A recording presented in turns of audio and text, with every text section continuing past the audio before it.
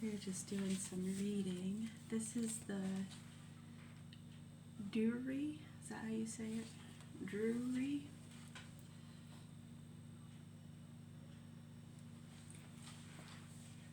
History of Rome.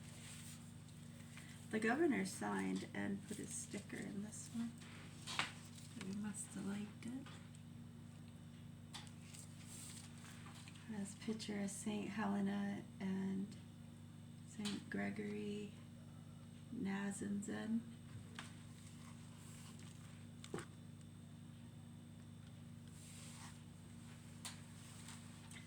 Yes, I do. Thank you.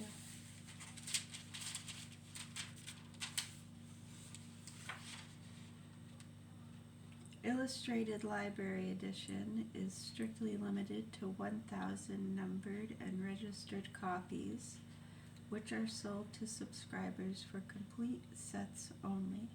This is copy number 124, copyright 1883 to 1886, University Press, John Wilson and Son, Cambridge, USA.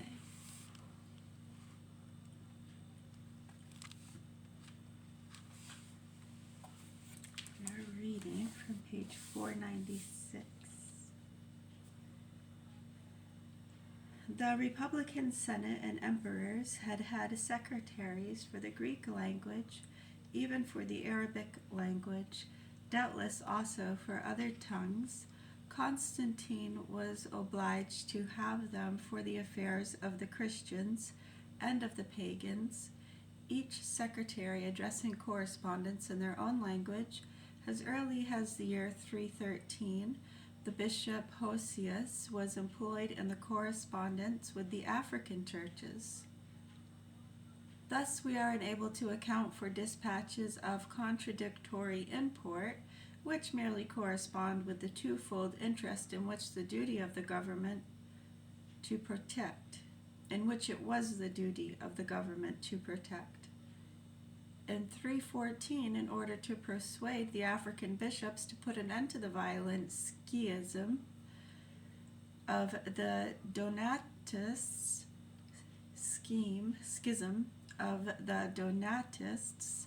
which was distracting the province, the imperial chancery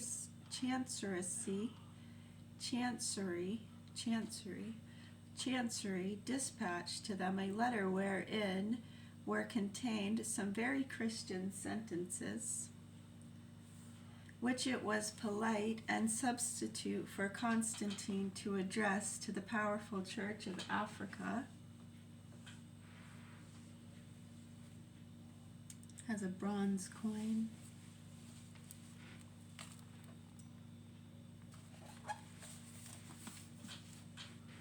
Read more of that one later.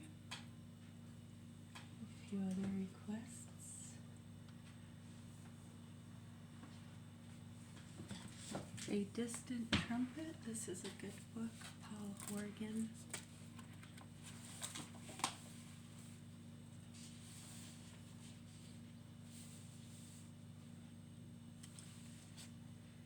Page 465. It has been a positively rattling party, Major. I hope I shall be saying Colonel soon, but as we are to break camp in the early hours, I shall now withdraw. To my Lady Prescott, he turned to her, the thanks of an old scarecrow who was perhaps one more job in him to do his country. He turned to her, the thanks of an old scarecrow who has perhaps one more job in him to do for his country.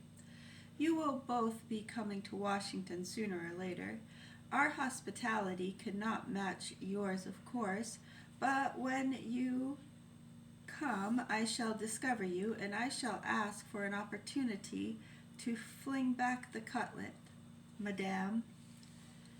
With a leg before him, he made an old-fashioned bow that went back to the cadet days before the Mexican War, shook hands with Major Prescott, waved to the company, who all waved back, and finding his saber, carried it out to his horse by the piazza.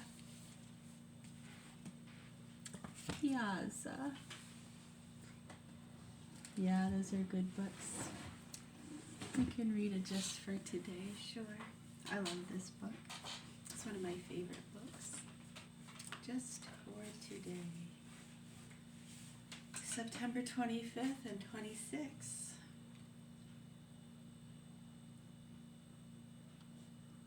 We read these recently. Let's do different ones. Nope, we read that one recently too.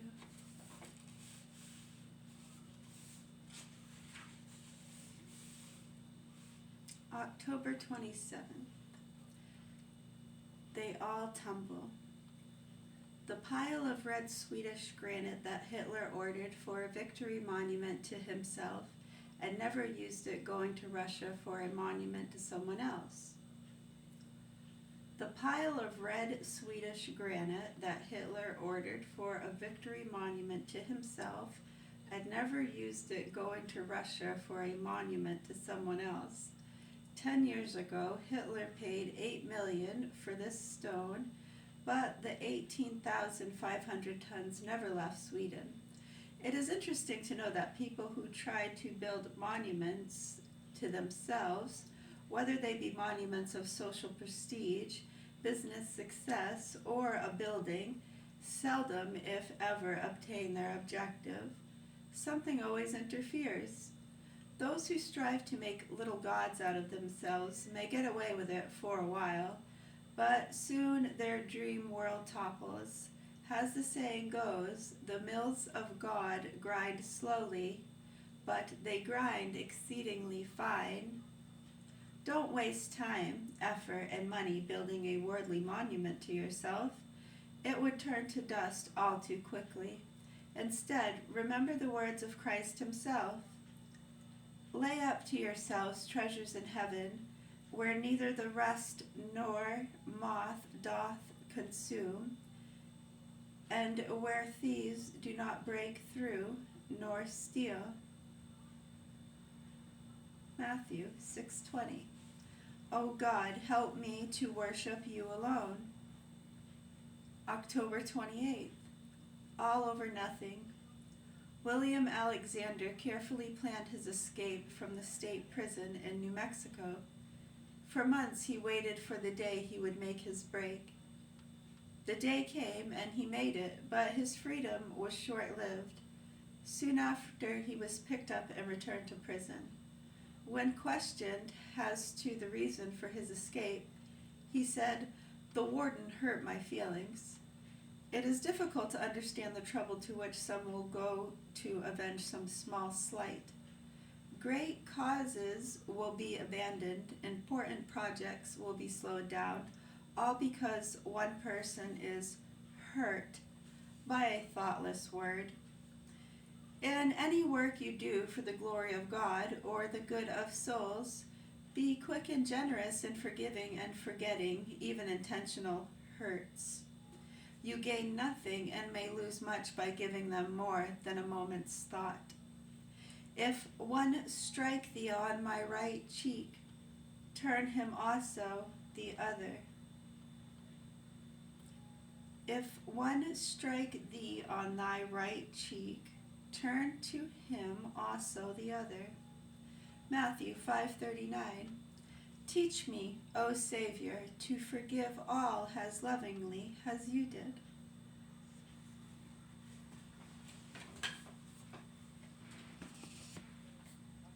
Thank you. You're welcome.